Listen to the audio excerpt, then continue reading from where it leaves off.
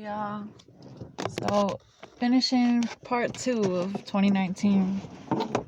So, yeah, like I said, I was at the trap house that first night, and then I met this girl, and she was like, why don't you come to my friend's house with me? We can chill out there, because I don't know. So, I went ahead and went with her because she seemed nice.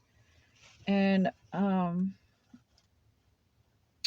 we got to the house as soon as I came. I didn't realize it was the same house from the first night that I told y'all that I got there to Iowa. It was a guy named Phil. As soon as I got in there, he was sitting on the couch all covered up watching football. And he was just like, why don't you take a bath and you and her can hang out in my room? And he was like, oh yeah, you're that girl, aren't you? And I was like, yeah. And he was like, okay, so yeah. So I took my bath and then I hung out with her in the room. And he said, um, that I could stay there as long as I wanted. So me and her sat there for a while and smoked and chilled, and I ended up staying there for the next couple weeks. He was an ice dealer, so yeah. So she ended up actually he fronted her a bunch to go sell, and she just stole it and never came back. And I didn't see her again until like a month later at the other trap house, but she was hiding from him, so there was some drama from that, yeah. So or she was there for a couple days before that happened, but yeah. And I just stayed at his house, and I would go out and go get new clothes all the time. I ended up bringing a whole bunch of stuff in his house and like trying to uh there was a girl living in the back bedroom with all her stuff there, and they ended up getting in a fight one night. I don't remember why, but he kicked her out, so I ended up taking that bedroom, and I ended up wearing all her clothes and taking all her stuff, and I brought all my stuff there, and I would just sleep, knock out for a few days. I would be up for a few days smoking, and I'll eat up all his food, and um eventually one day he was out somewhere, and I took all the change on his dresser to go get snacks from the store, and he came back. He escorted me out. He grabbed my hand and said, you gotta go. So I went to go stay at Jeff's house, the other trap house, and I was there for like a week. And come Thanksgiving Day, cause oh yeah, I couldn't smoke anymore. So like I kept smoking, but the hallucinations got too scary. Like this is the point where it was like I really had to stop. Like the hallucinations I was having were it started to be where like I couldn't move, and every time I would walk, I feel like I was gonna fall. So I ended up just crashing out sober at his house for like a week. And Thanksgiving Day, I called my grandma and asked her to come get me. So she drove all the way up from Tennessee to Iowa to come get me, and I told her everything that had been going on. And that night, when she picked me up, as soon as she picked me up, I went to the gas station, got a whole bunch of candy bars, and she got me a cheeseburger and fries. I ate all of that, and then we went to a hotel, and then the next morning we drove the rest of the way home, and it went by really fast. She said I could just stay at her house as long as I stayed sober. So the next 2 months, I just stayed home, and every morning when she was at school, I'd get up and drink coffee and start cleaning, watching my YouTube videos, do exercise. I would just clean and just work on organizing my stuff, and sometimes I would take little walks. I would just work on the house, and I ended up rearranging everything and doing her house. And so we had a good time those couple months. And then Christmas time, my mom came down to visit, and we had a good Christmas. And then come January, right, like it was like January 5th, one day she was at school, and oh yeah, this is the beginning of 2020. So one day she was at school, and I just got bored and I said, I want to go out. So I went to the jungle and I found the jungle people and I had like $30. And it was like, I don't remember how I don't know if I left in the morning or if she came home and I told her I was going for a walk and I just disappeared. I think that's what I did. I went and I found the crackheads and I went to this apartment and I got me a hit and I actually had a good hit that one time. And I had a good hit and then I was there until like 5 in the morning. 5 in the morning I wandered off. I said I need to get some meth. That was what was going through my head because I didn't want to come down.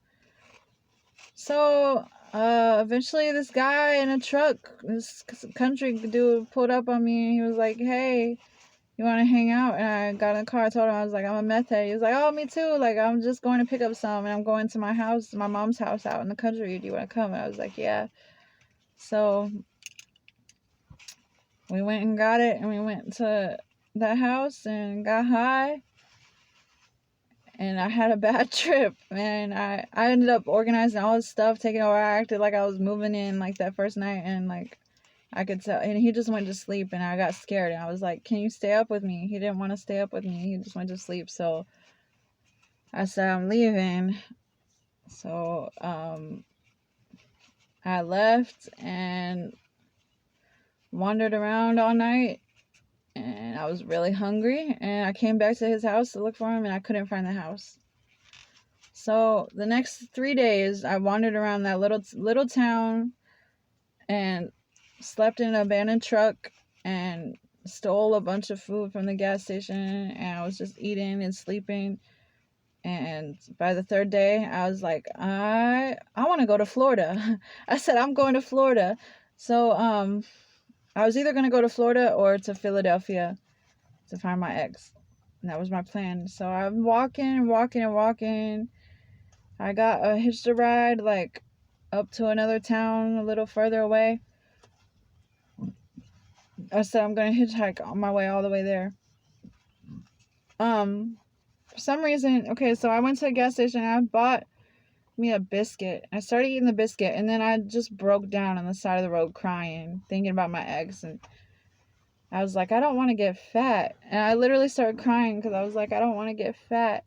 And I don't know. I was just emotional. I was like, I shouldn't have ate the biscuit. And I'm sitting there crying. The police pulled up on me.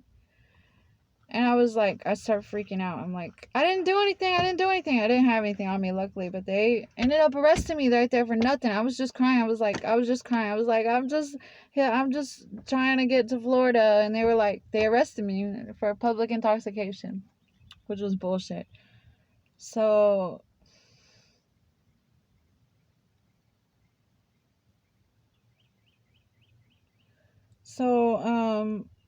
I went to jail for 2 days and I called my friend David.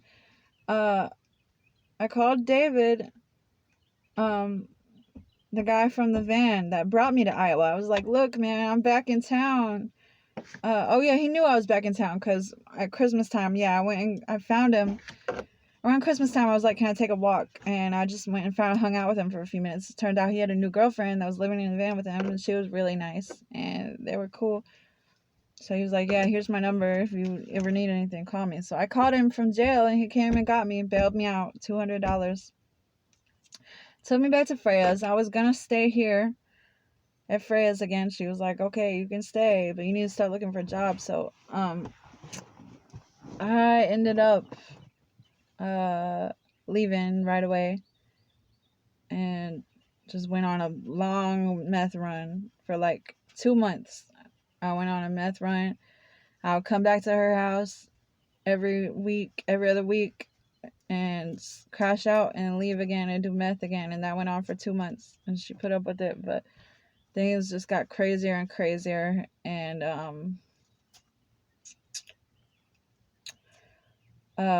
eventually she was like, okay, you gotta go to rehab. So around March time, she sent me to this rehab in Kentucky, Journey Pure. I was there for 4 days and I left. I left. I was like, I'm gonna go. I was like, I want to get high. Like, I was like, for real. I said, I'm just gonna explore Bowling Green, and I didn't have no plan. I was like, whatever happens, happens. I'm just gonna go do my thing out there. Maybe I can make a life here, but I just want to get high. So I hitched a ride. I was like, take me to the hood. I got on the bus. I had like $10 that they gave me back from Journey PR. I took one bag of clothes. I left a bunch of stuff there, my cell phone, and $10, and they signed me out against medical advice. And uh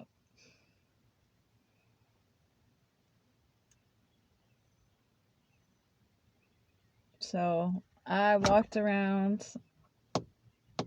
I got on the bus, and then I got a ride to the little hood area in Bowling Green.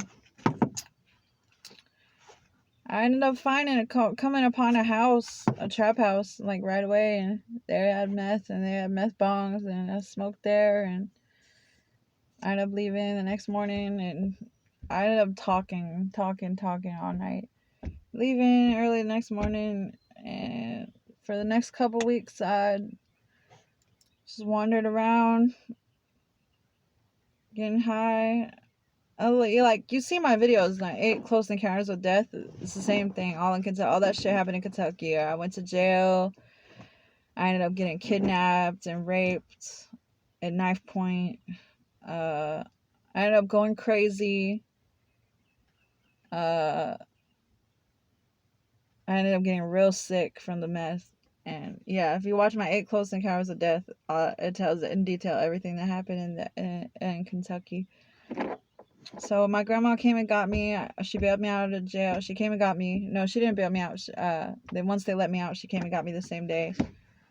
So I came back here, and I relapsed 2 more times, and my mom was down here in May, and the second time I relapsed when I came back, I gave all my stuff to them and agreed to get sober, and I actually got sober for that 6 months.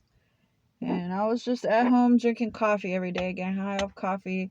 That's when I started my YouTube channel, 2020. Right after all that, 6 months I was here. And then I relapsed and went back to rehab in December 2020. November, December of 2020. And like I said, everything that's been going on now, I came back from rehab. I tried to go stay with my mom's up in Philly, relapsed, came back here, started working at Little Caesars. I was there for about 3 months, and now I'm dating this guy who lives right down the street from my grandma's. But right today, I'm at my grandma's visiting, and yeah, I just got back from church, and just thought I would make the part 2 of what happened last year, or no, 2019, and then y'all know about 2020. And so yeah, thanks for watching.